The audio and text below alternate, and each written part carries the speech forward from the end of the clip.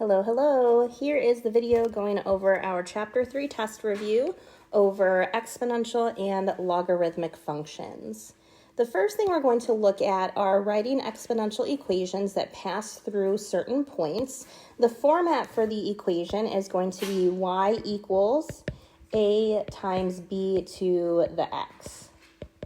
So I have these ordered pairs, 220 and 4 and 320. And I'm going to go ahead and plug those in for x and for y into my standard form exponential function. So I'm going to start with the 320 first, and I'm going to write 320 equals a times b to the fourth. And underneath that, I'm going to use the 20 equals a times b to the second. Now, the reason why I started with the point 320 for my y-coordinate first is because that one had a higher value for x, which means it has a higher exponent. And what I'm going to do next is I'm going to go ahead and divide both of these equations. And when I do that, what's going to happen is it's going to give me one equation with one variable to solve for. So I can take 320 and divide it by 20. That gives me 16. My a's are going to cancel, and then for my b's, I can subtract those exponents, and then I get b squared. From here, I can go ahead and square root both sides to solve for b, and I get b equals 4. Now, if I want to solve for a, I can plug into either of these equations. It does not matter which one, and use that to solve for a. I'm going to go ahead and plug into the bottom equation, so I'm going to use 20 equals a times 4, since I know b is 4, squared. So I get 20 equals a times 16. Divide both sides by 16, and I get a equals 1.25. So my final answer needs to be an equation. So I'm going to write y equals 1.25 times 4 to the x. The next question is an application question, but essentially you're going to be doing the same thing. So a snowball is rolling down a hill and its volume is growing exponentially. After 3 seconds, its volume is 34 inches cubed. After 7 seconds, it has a volume of 70.5 inches cubed. So I'm going to go ahead and write these as ordered pairs first. So I have 3, 34 and 7, 70.5. And I'm going to do the same thing that I did with the last example where I'm going to divide my equations. I'm going to start with the higher value of x, and that's going to start my first equation.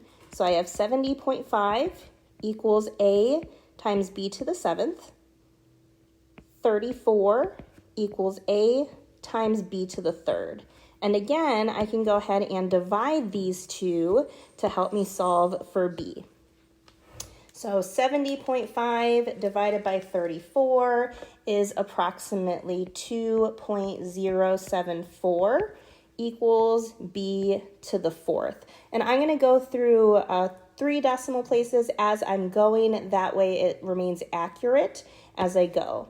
And since I am raising it to the 4th power, I can go ahead and take the 4th root of both sides. And that leaves me with b equals, I'm going to go ahead and do the 4th root of 2.074 to the 4th root, and it gives me b equals 1.2.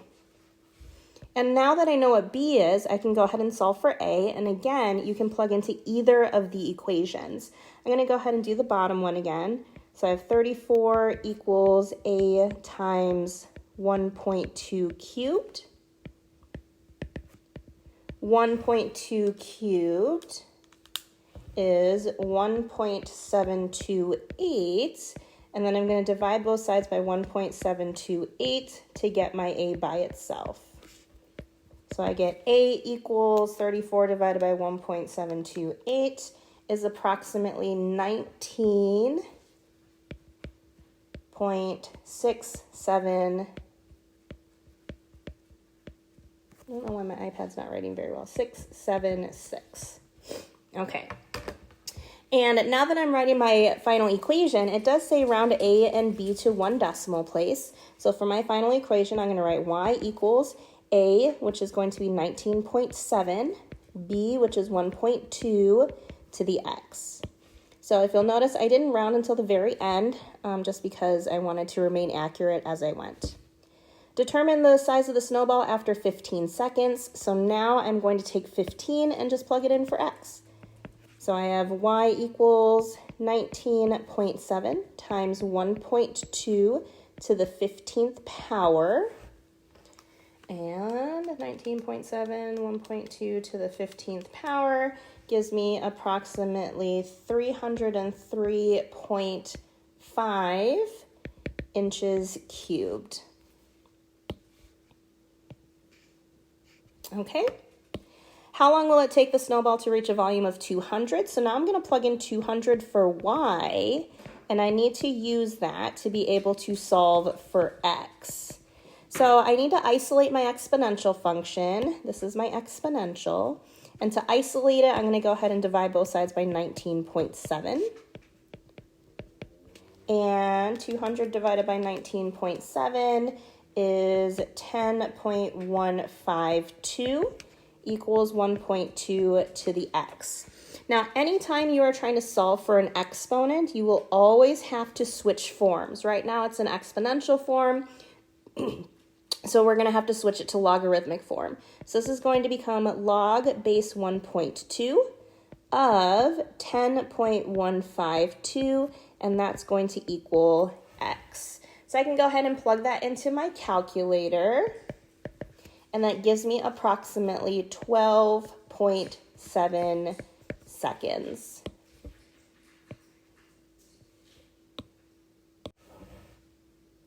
So that takes care of the first topic of applications of exponential functions. The next thing we're going to look at is graphing logarithmic functions. So the first thing we want to do is we want to list out our transformations. That 4 in the front is going to be a vertical stretch. The -3 means my graph is moving to the right 3. And +1 means I am moving up 1. Now, since I am moving to the right 3, that's actually going to be where my vertical asymptote is. So I can go ahead and graph my vertical asymptote. It's a vertical dotted line. Normally, it's at the y-axis, but because we are moving to the right 3, it shifts to the right 3. For my domain, it's also going to be moved to the right 3. Sorry about my dogs, they are psychotic, but I got them to quiet down, so let me keep talking. So your domain is normally 0 to infinity, but because we are moving to the right 3, my domain is also going to move to the right 3. So that's going to be 3 to infinity. The range is always -infinity to infinity with logarithmic functions. And my asymptote we already established was at x equals 3. Now, how the heck do I get the rest of my graph? So in order to get the rest of your graph, you have to use your calculator. So you're going to go to your graphing calculator, you're going to go to y equals, and you're going to type in 4 log base 3 of x minus 3 plus 1. And I'm going to go to the table. When I look at my table, I'm going to go to my asymptote at 3. And what you're going to see in the table for the calculator is when x is 3, you're going to see an error. And then underneath that, I have 4, 1, and then 5 gives me a decimal, gives you about 3.5237. 6 gives me a nice coordinate, so 6, 5. 7, 8 gives me decimals. The rest of them give me decimals until I get to 12. I always like to graph nice numbers, so I'm going to graph 4, 1 and 6, 5. So I have 1, 2, 3, 4, 1 and 6, 5. 1, 2, 3, 4, 5, 6. 1, 2, 3, 4, 5. So these are my 2 points. As I connect these points, I'm going to approach my asymptote all the way down, and I'm also going to head to the right so you can see your graph for number 2A. Now, if you look at the graph on the calculator, it does look like the graph just kind of ends, but please make sure that you continue to graph towards the asymptote. All right, let's do another graph. So this one has a negative in front of the logarithm. So this would be a reflection over the x-axis. We are also moving to the left 4 and down 2. So my domain has been shifted to the left 4, so that's going to be -4 to infinity. My range is always the same, -infinity to infinity, and my asymptote is also x equals -4.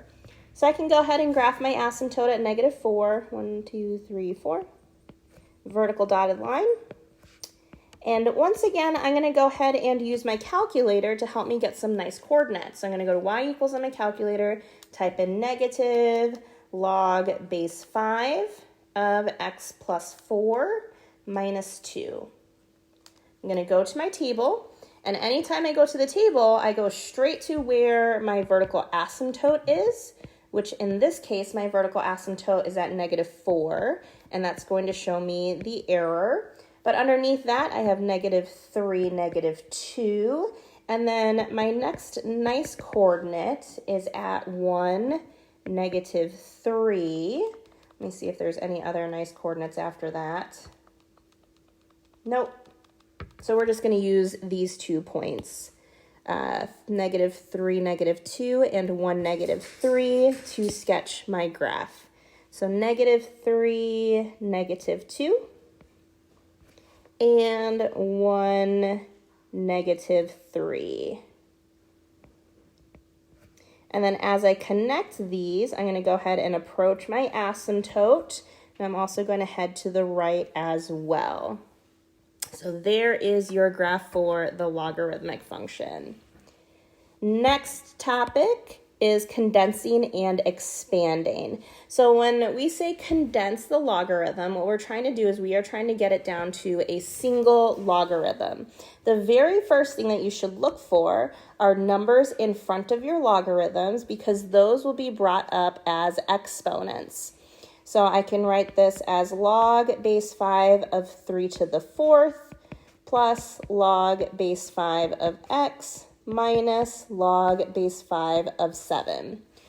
Well, 3 to the 4th is 81, so I'm going to make that change as well. And since I am adding these 2 logarithms together, what I can do when I condense them, I can take what's inside my logarithms and multiply them. So 3 to the 4th is 81 times x minus log base 5 of 7. And these last 2 logarithms, since I am subtracting, I can take what's inside these logarithms and divide them. So that becomes 81x divided by 7. And now your expression is fully condensed because we got down to a single logarithm. I'm going to do the same thing for the next one. I'm going to start by looking for any numbers in front of my logarithms, and I'm going to bring them up as exponents.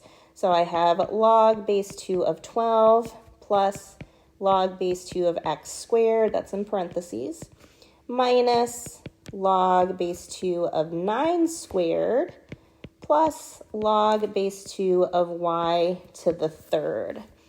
Inside both of these parentheses, we are adding, so I can go ahead and condense these further. So I have log base 2 of 12 times x squared, because I can multiply what's inside my logarithms together. Actually, I don't know why I said x squared. That's x to the 4th, because there's a 4 in front of that logarithm. Sorry about that. Okay, minus, for this one, I have log base 2 of 9 squared is 81, and then times y cubed. I don't know why I have this extra parenthesis here.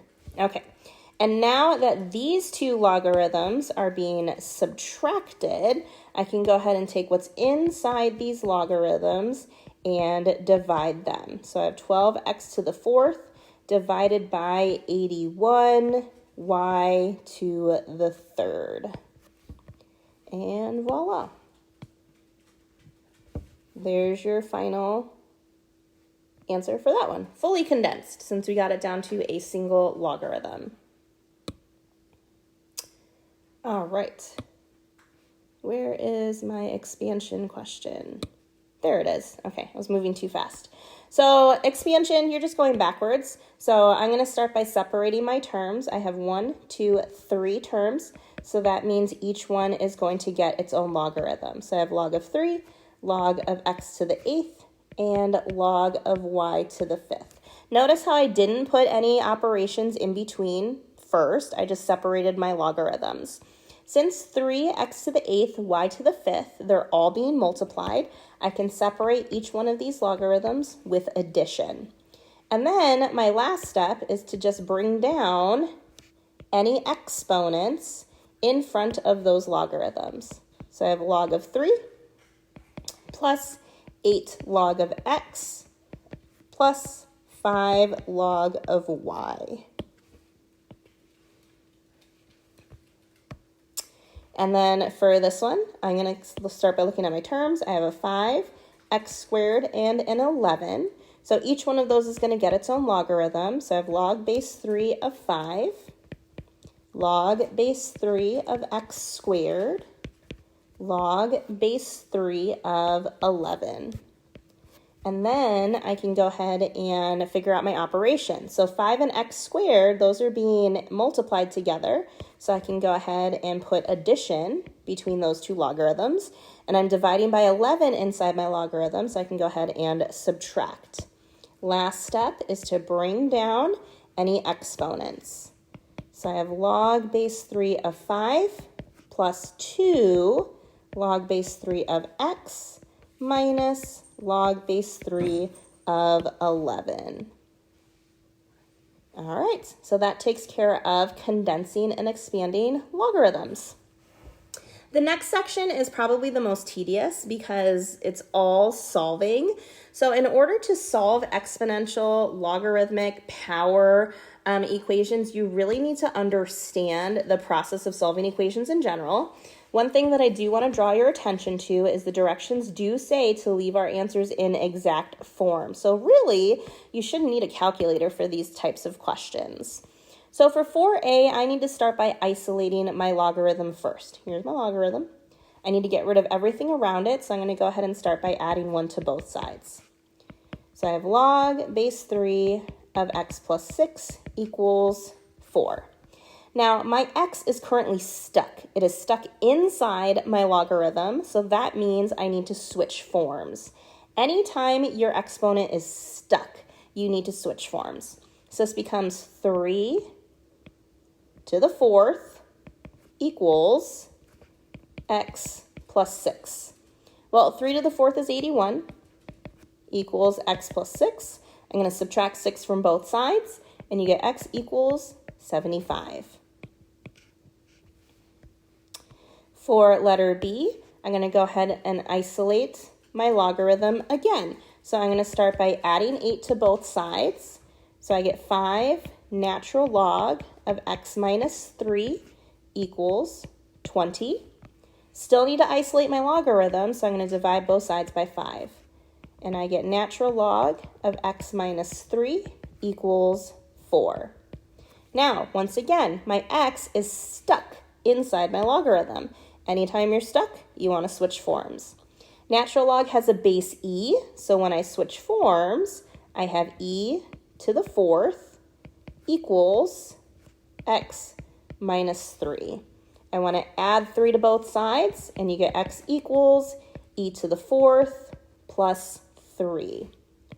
Now, since we do want exact answers, do not use your calculator to calculate what e to the 4th is. Just leave it as the expression e to the 4th. All right. Number 4c, I want to isolate my power function. So here's my power function. I'm going to start by subtracting 2 from both sides. So I have 3x to the 4th equals 27. Divide by 3, and I get x to the 4th equals 9. Now, your x right now is not stuck. Your x is on a normal level. It's being raised to the 4th power, which means to undo that, we can take the 4th root of both sides. So your final answer for this is going to be x equals, and since it was an even root, like fourth root, square root, technically we need a plus or minus in front of our answer, but it would be this plus or minus fourth root of 9.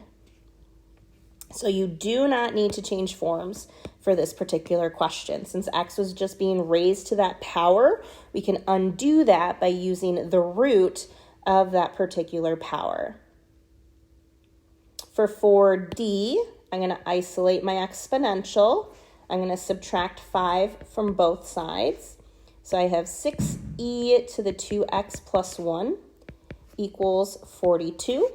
I'm going to divide both sides by 6, and I get e to the 2x plus 1 equals 7. And now my x is stuck. It's stuck as an exponent.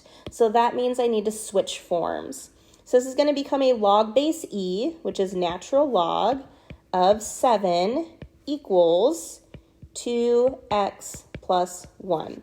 So I start with my base. That becomes the base for my log. So natural log of 7 equals 2x plus 1. And now I'm just solving for x. I'm going to subtract 1 from both sides.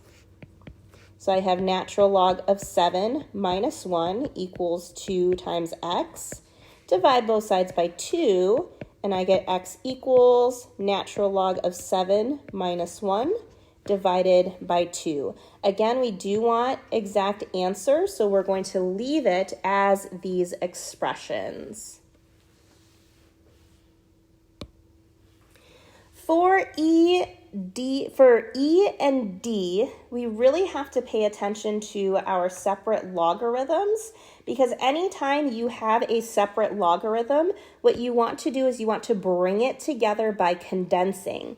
So what I notice is that I am subtracting these two logarithms. So when I bring them together, I can take what's inside my logarithms and divide them. And now my x is stuck again. It's stuck inside the logarithm, so that means I need to switch forms. If you have a logarithm without a base, that's a base 10. So I have 10 squared equals x over 4. Well, 10 squared is 100 equals x over 4. Multiply both sides by 4, and you get x equals 400. And for the last one, since I'm condensing, always look for numbers in front of your logarithms first and bring those up. So this becomes natural log of 3 squared plus natural log of x equals 8. Since I am adding these two natural logs together, I can go ahead and take what's inside my natural logs and multiply them. 3 squared is 9 times x equals 8. My x is stuck inside my logarithm, so I'm going to switch forms.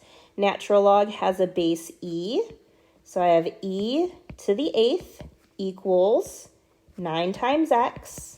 Divide both sides by 9, and I get the expression x equals e to the 8th over 9. Oh, that was a terrible way to box that answer. There we go. That looks much better. Okay. So a couple key things: whenever you get stuck, like your x is stuck as an exponent or your x is stuck inside your logarithm, you're going to have to change forms. The only time you do not change forms is for a question like 4C. So if you'll notice your x is being raised to an exponent, that's just a regular equation, because in the end you can go ahead and take the root of that power to solve for that x. But for all the other ones, x is inside your logarithm or x is an exponent, so that's going to force you to switch forms. Okay, so that was topic number 4, solving all of these equations. Topic number 5 is finding the inverse of exponentials and logarithms. Anytime you're finding the inverse, your first step is to literally switch your x and y.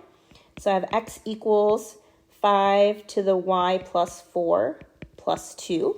And then we're going to solve for y. Again, I'm going to start by isolating my exponential, just like we were doing when we were solving equations. I'm going to subtract 2 from both sides, so I get x minus 2 equals 5 to the y plus 4. Keep in mind, when you're finding the inverse, you're solving for y.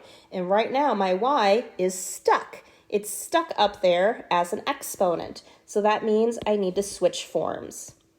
So I'm going to have a log base 5 of x minus 2 equals y plus 4. And then from here, still solving for y, I can subtract 4 from both sides. So that means my inverse is going to be log base 5 of x minus 2 minus 4. So anytime you start with an exponential, the inverse is going to be a logarithm. For the next one, again, I'm going to start by switching my x's and y's. So I have x equals log base 2 of y minus 3 plus, just kidding, not plus, minus 9. I'm going to go ahead and isolate my logarithm, just like we isolated the exponential. I'm going to add 9 to both sides, so I get x plus 9 equals log base 2 of y minus 3. Once again, we're solving for y, and y is stuck. So I'm going to switch forms. So I have 2 to the x plus 9 equals y minus 3. Add 3 to both sides. And my inverse function is going to be 2 to the x plus 9 plus 3. So my original function was a logarithm. My inverse function is going to be an exponential. Lots of switching forms. All right, last topic, compound and continuous interest. So let's talk about the formulas. For compound interest, that's going to be A equals P 1 plus R over N to the NT. For continuous interest, that's the PERT formula, A equals P E to the RT. So make sure you read your questions very carefully so you know which formula to use. So you invest $2,000 into an account that offers 1.5% interest compounded weekly. How much money will you have in your account after 15 years? So it's compounded weekly, so that means I'm going to use this first formula over here. So I have A equals P, which is 2,000, so that's my starting amount. 1 plus my rate as a decimal, so that's going to be 0.015 because I need to move the decimal place over 2 units. So 0.015 over 52. So n is the number of times it is compounded. Since it's weekly, there's 52 weeks in a year. And my exponent is going to be 52 times 15. And then I can just take that expression and plug it into my calculator. Just be careful when you're doing that. So I have 2,000, 1 plus 0.015 divided by 52, raised to the 52 times 15th power. And I get about $2,504.56. Since we are talking about money, please round to 2 decimal places. For the next one, I'm investing $1,500 in an account that offers 2.1% interest compounded quarterly. How much money will you have after 10 years? So I can go ahead and plug into the same formula because it's compounded quarterly. So that means n is going to be 4. So 0.021 over 4 to the 4 times 10 for your exponent. And this is going to give us a value of approximately $1,849.50. All right, 2 more questions. This one, I have $750 in an account that offers 1.95% compounded, continuously. How much money will you have in your account after 8 years? So continuously compounded interest is the PERT formula.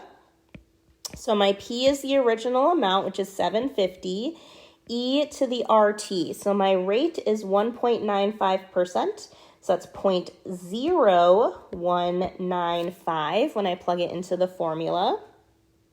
So 0.0195 for 8 years. And again, I'm going to put that into my calculator, and that gives me approximately $876.62. All right, last question.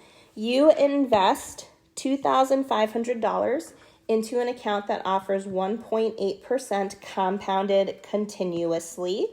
How long will it take for your investment to double? Okay, so this time we're solving for the actual time. So we cannot just plug stuff into our calculator. We need to actually write our equation and solve. So if I want $2,500 to double, that means my ending amount is going to be $5,000.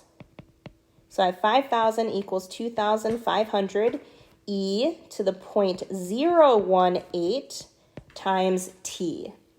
And then from here, I'm just going to use my equation solving skills. So I'm going to go ahead and isolate my exponential by dividing both sides by 2,500. That gives me 2 equals e to the 0.018t. And right now what I'm solving for, that t is stuck as an exponent. So I'm going to go ahead and switch forms. So I have natural log of 2 equals 0.018 times t. And I can divide both sides by 0.018. And I get t is approximately 38.5 years. So it'll take about 38.5 years for your $2,500 to turn into $5,000. It's a long time, but it's also free money, so that's nice. All right, so that concludes our review for Chapter 3. I hope this video was helpful. If you need to, you can always go back and re-watch any parts that you're still confused on. Good luck on your test. Don't forget to keep practicing. You're going to do great.